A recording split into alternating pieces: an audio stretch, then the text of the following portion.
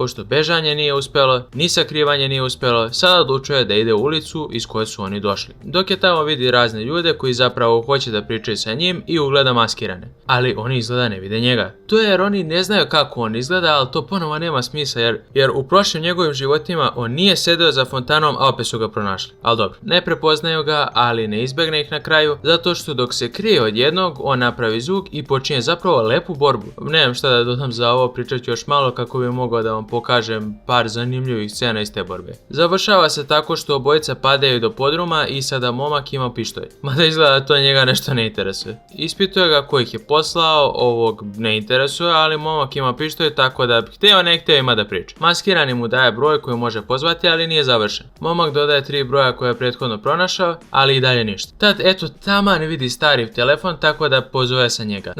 Vidi ga, jebate. Bože, rekli mu pre snimanja, druže, pazi ovako Žiko, tebe boli uvo za ovo. Ti si kao plaćenik ubica. Dok on kao hoće da pozove, ti samo nameštaj kravatu. Tako, to je to.